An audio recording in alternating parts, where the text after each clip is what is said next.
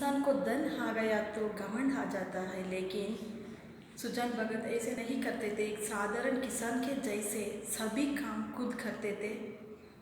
इसीलिए कुछ लोगों ने उसकी तरफ से तारीफ करने लगी। ऐसा तारीफ करने लगने के लोगों के बीच में शिकायत करने वाले भी रहते हैं। ऐसा ही तारीफ करने वालों ने कितना अच्छा आदमी है ये सुजान भगत, कितना सीधा साधारण है, उनके माँ बाप ने किया हुआ ये आशीर्वाद के बल से ऐसा करता है करके सोचता है। लेकिन शिकायत करने वाले ऐसा कहते हैं कि नहीं नहीं, ये कहीं गाड़ा हुआ धन मिल गया है सुजान को, इसीलिए इसे दान धर्म का कार्य कर रहा है कहते हैं। वो सज्जन लोग कहते हैं, अरे भाई, ये पसीना छेद कर परिश्रम से किया हुआ धन है। किस इंसान ने दान धर्म करते हैं उसी को भगवान उनके हाथों में से पैसा दे जाते हैं। तुम भी तुम्हारा खेतों में भी ऐसा फसल करते हो, लेकिन सुजान भगत के खेत में आने जैसे फसल तुम्हारा खेत में क्यों नहीं आ रहा है?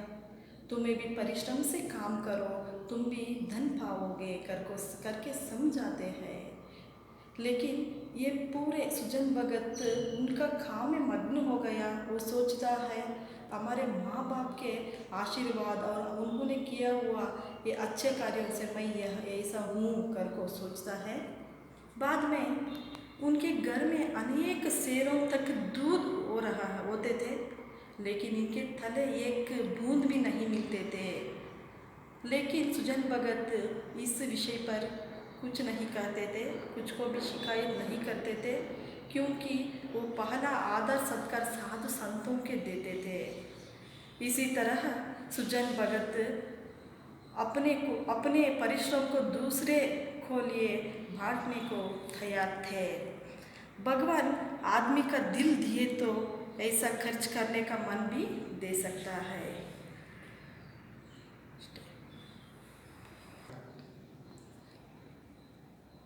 इसके बाद सुजान महतो ने सुजान भगत हो गया।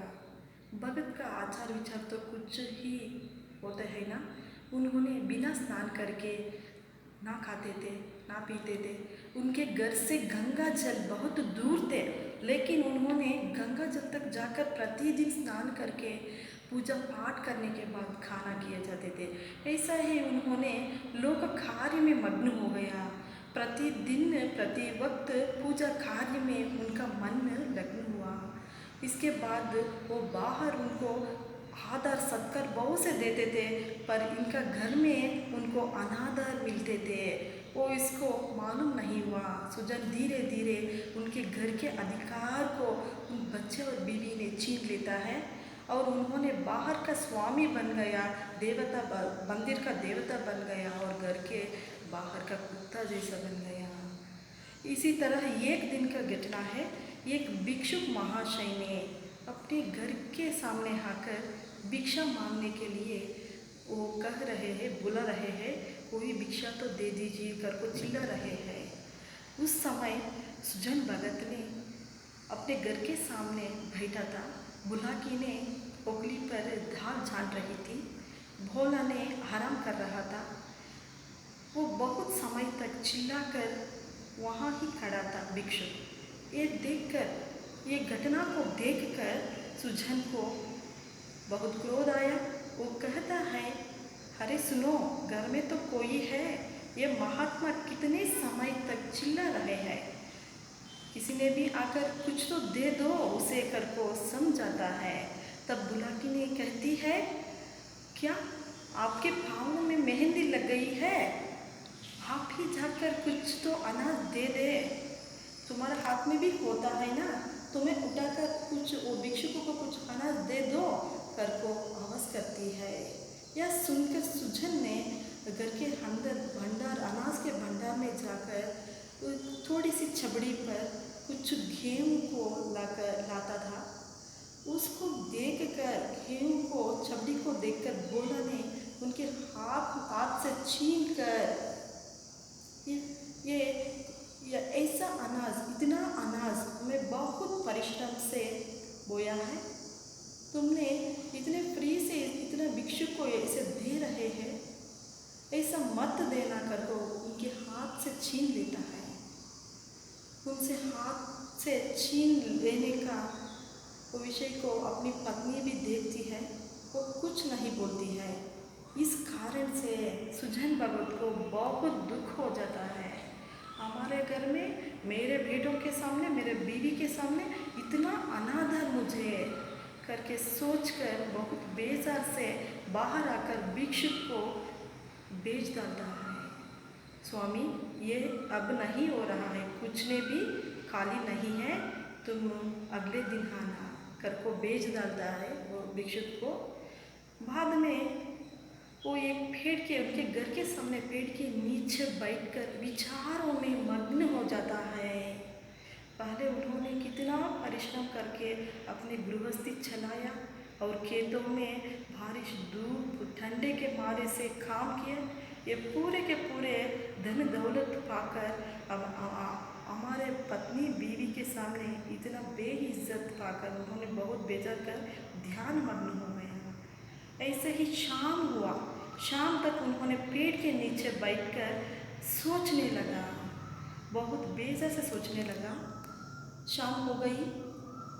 पत्नी ने बुला के अपने बड़े बेटे को भेजता है, अपने पिताजी को खाना खाने के लिए बुलाए। भोला ने भयभीत से अपने पिताजी के सामने आता है, वो खाने के लिए बुलाता है। वो पिताजी नफरत करता है, मुझे नहीं चाहिए, मुझे नहीं चाहिए, तुम्हें जाओ खाकर आराम करो, मेरे को बेच डालता है। कुछ समय के बाद बुला के भी आता है।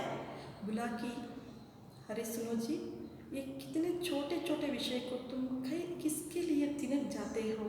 तुम्हारे बेटे ने कमाई है, वो दो बात कहे तो उस बातों को तुम बेइज्जत मत करना। बेटा कैसे कहते हैं वैसे सुनो, मैं सुनती हूँ ना, ऐसा तुम भी रहो कर को समझाती है। तब सुजन ने कहते हैं, तुम और तुम्हारे बेटे परिश्रम से कमाई हुआ अनाज को तुम भी खा लो, मुझे नहीं चाहिए कर को नफरत कर को बेच डालता है। वो बाद में बुलाकी ने वो समझाने नहीं गए, अपने पत्नी से को समझाने नहीं होने लगा। वो घर वापस चले जाती है। रात पूरे के पूरे गांव सो रहा है, चैन से सो रहा है, लेकिन सुजन को नींद नहीं आया। वो बहुत बेजार दुखी से याचना कर रहे थे। गायों को बैल घास को नहीं काट कर डालते थे, इसीलिए गायों के लिए ये घास को छोटा छोटा बहुत सुंदर से काट कर एक राशि बना दिया। रात पूरे उन्होंने नहीं सोया। हरली अंधेरा मुँह अंधेरा में 4-5 बजे के लिए वो बुलाकी उठकर आती है। बाद में वो बैलों के सामने रहने वाले घास को देखकर वो दंग रह जाती है। रात भर मेरे बड़े बेटे ने कितना काम कर लिया है, उसके लिए तारीफ करके कितना काटा है कर को पूछती है। तब अंदर से बड़े बेटा बोला आता है, नहीं अम्मा, मैंने नहीं काटा है। तब सुजन ने बोलता है, हाँ हाँ, तुम्हारा बेटा तो बहुत परिश्रम करता है ना, तुम्हारा बेटा ही चारा काट कर रखा है। वो बोलता है, नहीं अम्मा, मैंने नहीं काटा है, शंकर तो काटा होगा। शंकर तो कहता है, नहीं अम्मा, मैं भी नहीं काटा हूँ। बाद में समझती है बुलाकी, तुम्हारा पिताजी ने एक काम किया है कर को। चुपचाप से वो किसान हल लेकर खेत को चले जाते हैं। सुजन यह देखकर दंग रह जाते हैं। कितने बूढ़े होकर हल चलाने नहीं होता है, लेकिन तुम्हारे पिताजी ने हल लेकर गया है, बोला तुम जल्दी जाओ कर को खेत को बेच डालती है। बोला जाने के समय उनके पिताजी ने आधे के आधे खेत जोत कर चुके थे। बाद में उन्होंने भी जाको जाइन होता है, तब बोलता है, दोपहर होने के बाद भी वो काम कर रहे थे सुजन खेत में। वो वैसे कहते हैं, पिताजी दोपहर हो गया है, खाना खा लो। वो बैलों को छोड़ दो कर को विनती करती है। हाँ, मैं छोड़ती हूँ, तुम जाकर खाना खाओ कर को बोला को बेच डालता है। बाद में उन्होंने सुजन ने बैलों को छोड़कर वो भी कुछ आराम लेते हैं। शाम तक उन्होंने पूरे के पूरे खेत जोत कर कंप्लीट कर देता है। उनके कुछ डंडे हैं तो वो सभी फेंक कर मैं आता हूँ, तुम्हें जाओ कर को भोला को बेच डालता है। भोला ने कहता है नहीं पिताजी मैं करता हूँ, तुम्हें घर जाइए कर को। वो सुजन ने उसको नहीं मानते हैं। ऐसा करके वो घर दोनों भी वापस आ जाते हैं। यही की आज की कहानी है बच्चों। अगले कहानी को हम नेक्स्ट क्लास में मिलेंगे। धन्यवाद।